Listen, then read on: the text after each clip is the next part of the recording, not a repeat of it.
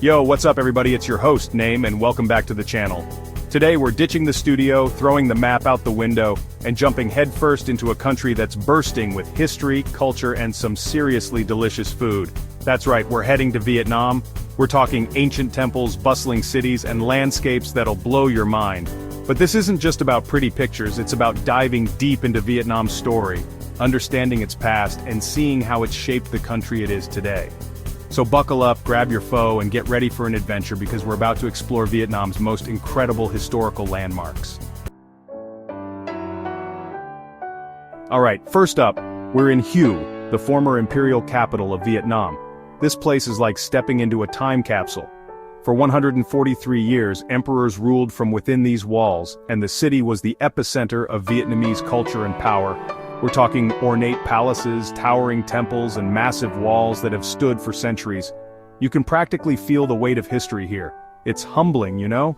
To think of all the emperors and concubines and officials who walked these same streets, plotted their next moves, lived their entire lives. Now, the Imperial City is a UNESCO World Heritage Site, and for good reason.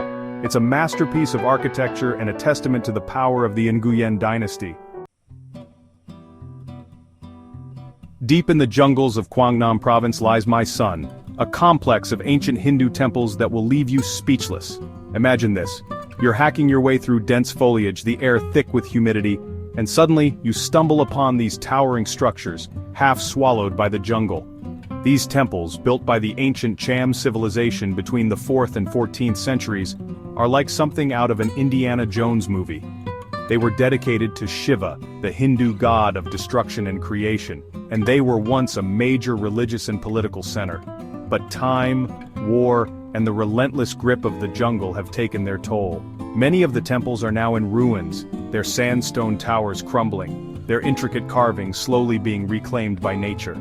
But that's also part of what makes My Son so captivating. It's a place where history and nature collide, where the past feels both ancient and immediate. As you wander through the ruins, you can't help but feel a sense of awe at the skill and artistry of the Cham people. Okay, get ready for this because we're about to go underground. Deep underground. We're talking about the Cu Chi tunnels, a vast network of tunnels that stretches for over 120 miles beneath the ground.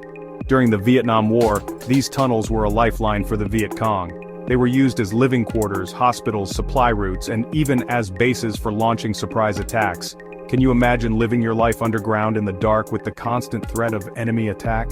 Crawling through these tunnels even for a short distance is a humbling experience.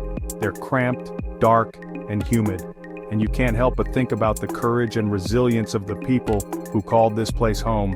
These tunnels weren't just about survival, they were a symbol of Vietnamese resistance. Chapter 4, Hue, an ancient town where time stands still. Stepping into Hội An is like stepping back in time. This charming town with its colorful merchant houses, tailor shops, and ancient temples was once a major trading port, a melting pot of cultures and commerce. Imagine, Chinese silk traders rubbing shoulders with Japanese merchants, Dutch ships unloading spices, and Vietnamese fishermen casting their nets in the Thu Bon River. The air would have been thick with the scent of cinnamon, cloves, and sandalwood. Today, Hội An is a UNESCO World Heritage Site, and its streets are still lined with the same merchant houses that have stood for centuries. You can wander through ancient temples, marvel at the intricate woodwork in the old houses, and haggle for souvenirs in the bustling market. One of the coolest things about Hội An is its tailor shops. You can literally get anything made here. From custom suits to silk dresses to leather jackets, it's a fashionista's dream. Chapter 5, Ho Chi Minh Mausoleum, A Nation Remembers. In the heart of Hanoi lies a monument to the man who led Vietnam to independence, Ho Chi Minh. The Ho Chi Minh Mausoleum is a place of pilgrimage for the Vietnamese people, who come to pay their respects to Uncle Ho. The mausoleum itself is a massive granite structure inspired by Lenin's tomb in Moscow. Inside, Ho Chi Minh's embalmed body lies in state, guarded by soldiers in crisp white uniforms. It's a surreal experience to see him lying there, so still and lifelike. You can't help but feel a sense of awe at the man who dedicated his life to his country's freedom. But the mausoleum is just one part of the Ho Chi Minh complex. You can also visit his stilt house, where he lived and worked, and the presidential palace, a grand colonial building that he refused to live in, preferring the simplicity of his humble abode.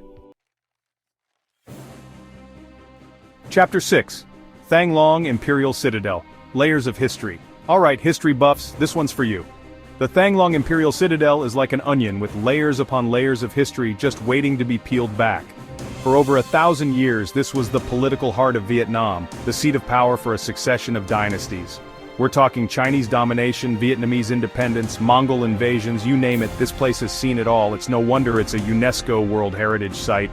Today you can explore the Citadel's ancient gates, walk through the ruins of palaces, and imagine the emperors and courtiers who once walked these grounds. You can practically hear the clash of swords, the whispers of intrigue, and the pronouncements of kings.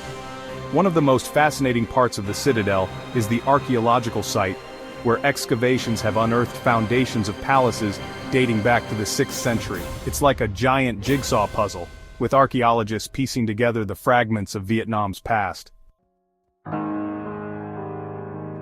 Chapter 7. War Remnants Museum, A Story Untold. Alright folks, this next one's heavy. The War Remnants Museum in Ho Chi Minh City isn't for the faint of heart. It's a raw, unflinching look at the horrors of war, told from the perspective of the Vietnamese people. You'll see photographs, artifacts, and exhibits that document the brutality of the Vietnam War, from the use of Agent Orange to the My Lai massacre. It's a lot to take in, and it's not always easy to stomach, but it's important, you know, to remember what happened here, to honor the victims, and to learn from the past. The War Remnants Museum is a powerful reminder of the human cost of conflict and the importance of peace. Let's switch gears for a moment and talk about something a little more uplifting: education. The Temple of Literature in Hanoi is a testament to the Vietnamese people's love of learning. Founded in 1070, it was Vietnam's first national university, and it's still a place of great reverence today. Imagine for centuries, this was the place where the brightest minds in Vietnam came to study Confucianism, literature, and the arts. It was a place of rigorous scholarship, intellectual debate, and the pursuit of knowledge. Today, you can wander through the temple's serene courtyards, admire the ancient stelae inscribed with the names of scholars who passed the royal exams, and soak up the atmosphere of this venerable institution. This one's tough, but important. Hoa Lo Prison, also known as the Hanoi Hilton by American POWs, is a chilling reminder of the dark side of war. Originally built by the French to imprison Vietnamese revolutionaries, it was later used by the North Vietnamese to hold American pilots captured during the Vietnam War. Walking through the prison's cells, you can't help but feel a sense of claustrophobia and dread. The walls seem to close in on you, and you can almost hear the cries of the prisoners who were held here. But Hoa Lo Prison is also a story of resilience and resistance. Despite the brutal conditions, the prisoners held here never gave up hope. They organized secret communication networks, held clandestine classes, and even staged theatrical performances. Alright, let's end our journey on a high note, shall we? Phong Nha, Cây Bang National Park is a UNESCO World Heritage Site for a reason.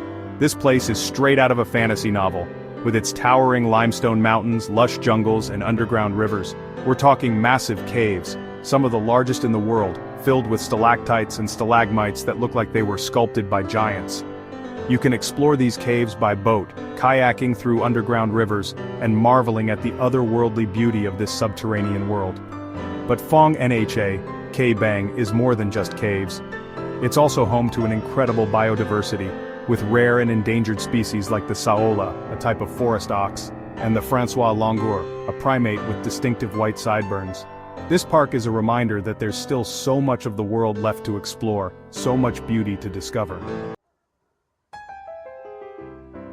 So there you have it, guys, a whirlwind tour of Vietnam's most incredible historical landmarks. From ancient temples to underground tunnels, we've covered a lot of ground. And I don't know about you, but I'm exhausted. But more importantly, I'm inspired. Vietnam's history is a testament to the resilience of the human spirit, the power of perseverance, and the importance of never giving up hope. Thanks for coming along on this adventure with me. Don't forget to like, comment, and subscribe for more travel and history content. Until next time, peace out.